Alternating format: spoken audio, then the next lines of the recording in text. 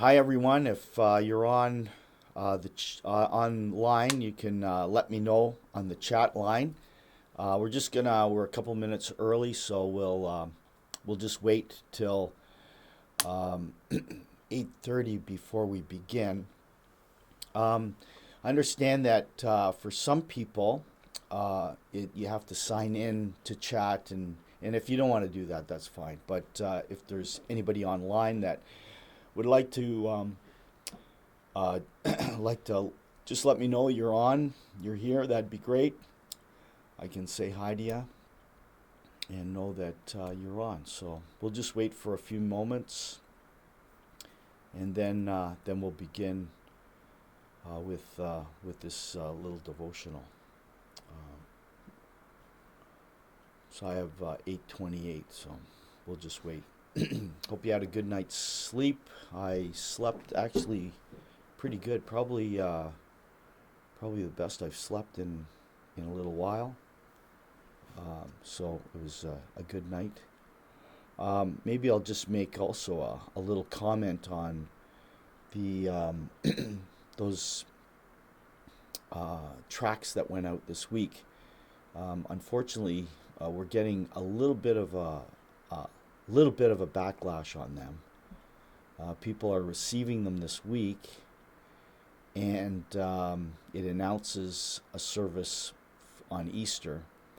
And there's been a few people that have called. There's been um, uh, uh, some things on Facebook that are shocked and can't believe that we'd have a service on Easter. Now, if you run into this, this is just to let you know that this was all planned way back in February, the end of February. So this was all en route. The organization, Every Home for Christ, that put it out, they had made the arrangements, the deal, and really there was nothing they could do about it. So um, of course we're not having a live physical service on Easter Sunday. But if you get some reaction, you can just say that this was in the works long before any restrictions were placed on us. Um, Hi, Jess. See you there. Good to have you with us. Um, Long before any restrictions were put on us in terms of meeting together in groups. In fact, it was in place before we even thought that there'd be any possibility of us, before we even thought of this. So what we've done so far is we put an announcement on Facebook, and I've added a scrolling banner to the website that shows that we will only be live streaming our service on Easter Sunday. So if you hear something, you can do that.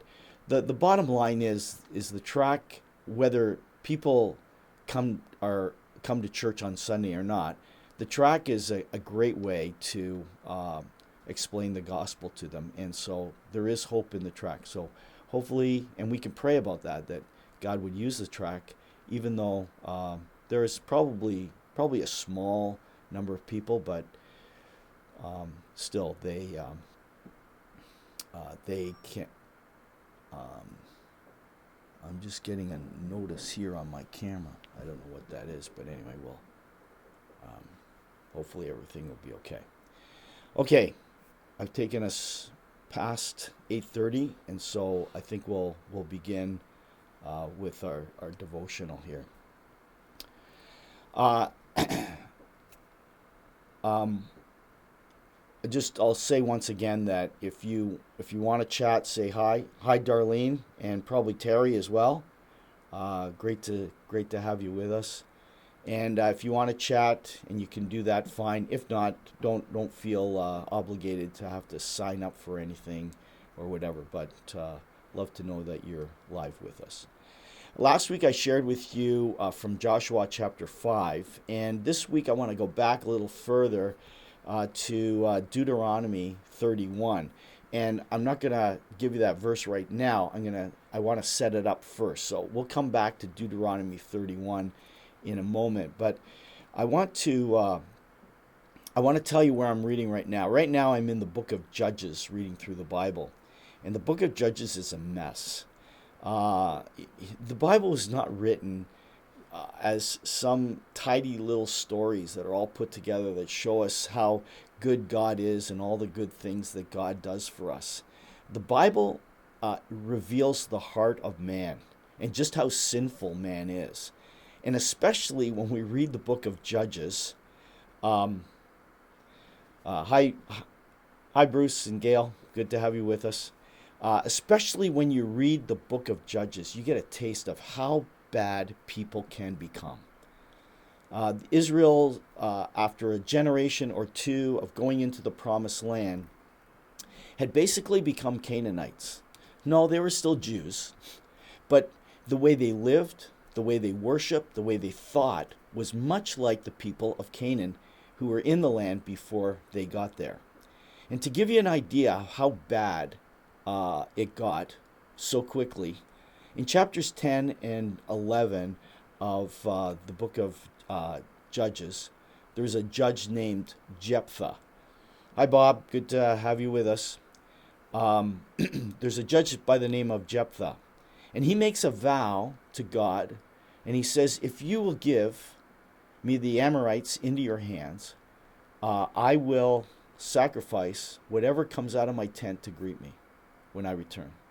So he goes out, he defeats the Amorites, and he arrives home, and the first thing out of his tent to greet him is his daughter. Now here's the kicker on this. Jephthah and his daughter, though they're devastated and heartbroken, they think this is a legitimate sacrifice to God. They think that this would be pleasing to God, that God would accept this sacrifice. And they go ahead with it. The father gives the daughter a couple of months to roam the hills with her friends, to weep over her life, but then sacrifices her. This sacrifice is exactly why, this kind of sacrifice is exactly why God gave the land of Canaan to Israel.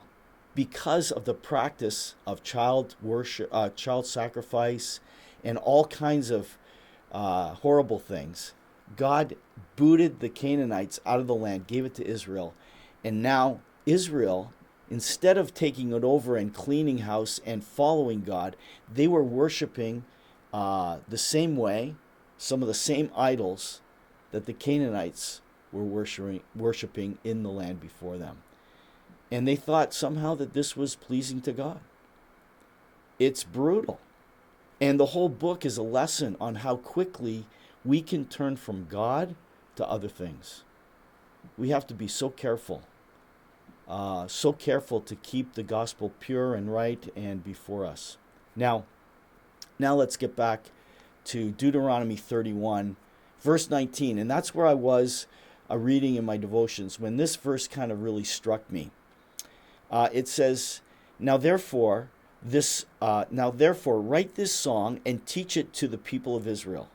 Put it in their mouths, that this song may be a witness for me against the people of Israel.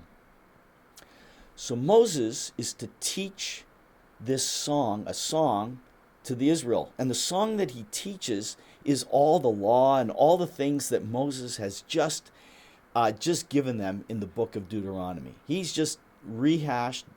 Deuteronomy is, the first part of Deuteronomy stands for 2. So it's basically the second law.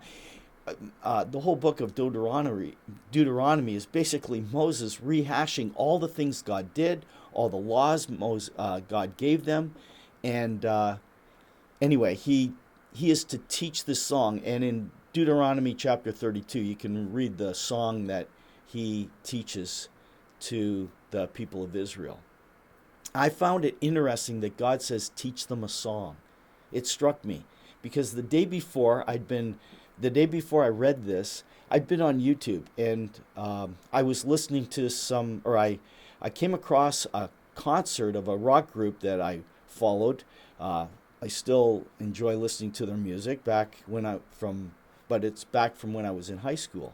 I watched it. I was singing along with some of the songs in the concert. And when I'd finished that, I clicked on some other old concerts of groups that I listened to, and I sang their songs. Some of those songs I hadn't heard in decades, but they just came right back. The words just easily came out of my mouth, and I sang right along. And so when I read this verse the next morning, it dawned on me that God was so wise in telling him, write a song.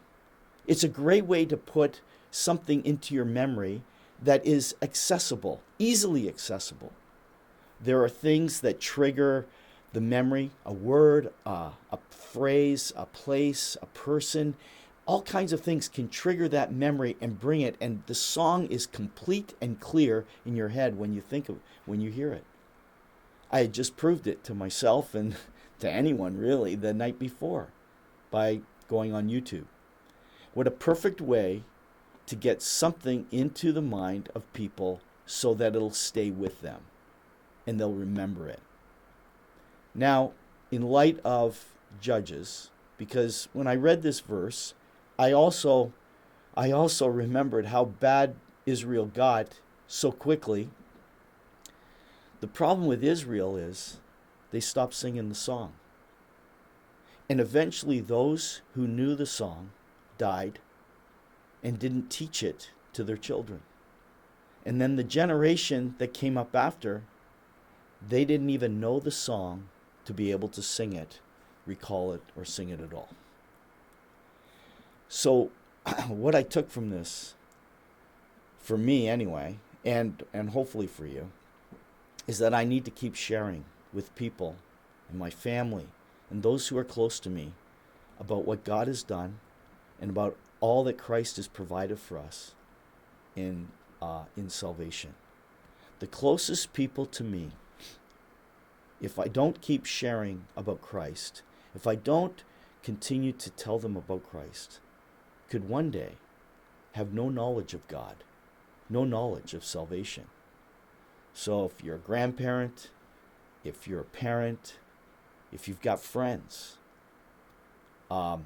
make sure that you continue to share the gospel, because talking about the gospel keeps the song in people's minds, and it'll keep the song in your mind. So thanks. That's what I want to share with you today. And it was just a good lesson for me about a week or so ago when I went through it. So I want to pray for you, and so let me do that. Lord, I just thank you for those that have joined this morning. Thank you that you are with us all wherever we are. We continue to pray that you would just halt this virus that is going around our world. And I pray, Lord, that you would give peace to those that are scared and worried. I pray that they would have assurance and knowledge of you. I pray for this tract that's gone out, and some people may view it as I don't know, just offensive. And Lord, I pray that they get past the idea of a possible service and read the pamphlet, read the tract, and Lord, just come to a place of finding hope that they need right now. So Lord, I pray that it would not have an adverse effect on our church or the churches that are involved in this campaign, but Lord, that it would bring glory to you. Lord, bless us today. I pray that you give us a great day and encourage us along the way, I pray. In Jesus' name, amen. Well, thank you so much for joining me. Oh, I think my camera has shut down a little bit. There we go. My camera kind of turned off there. But thanks for joining me, and trust that you have a great day. Bye for now.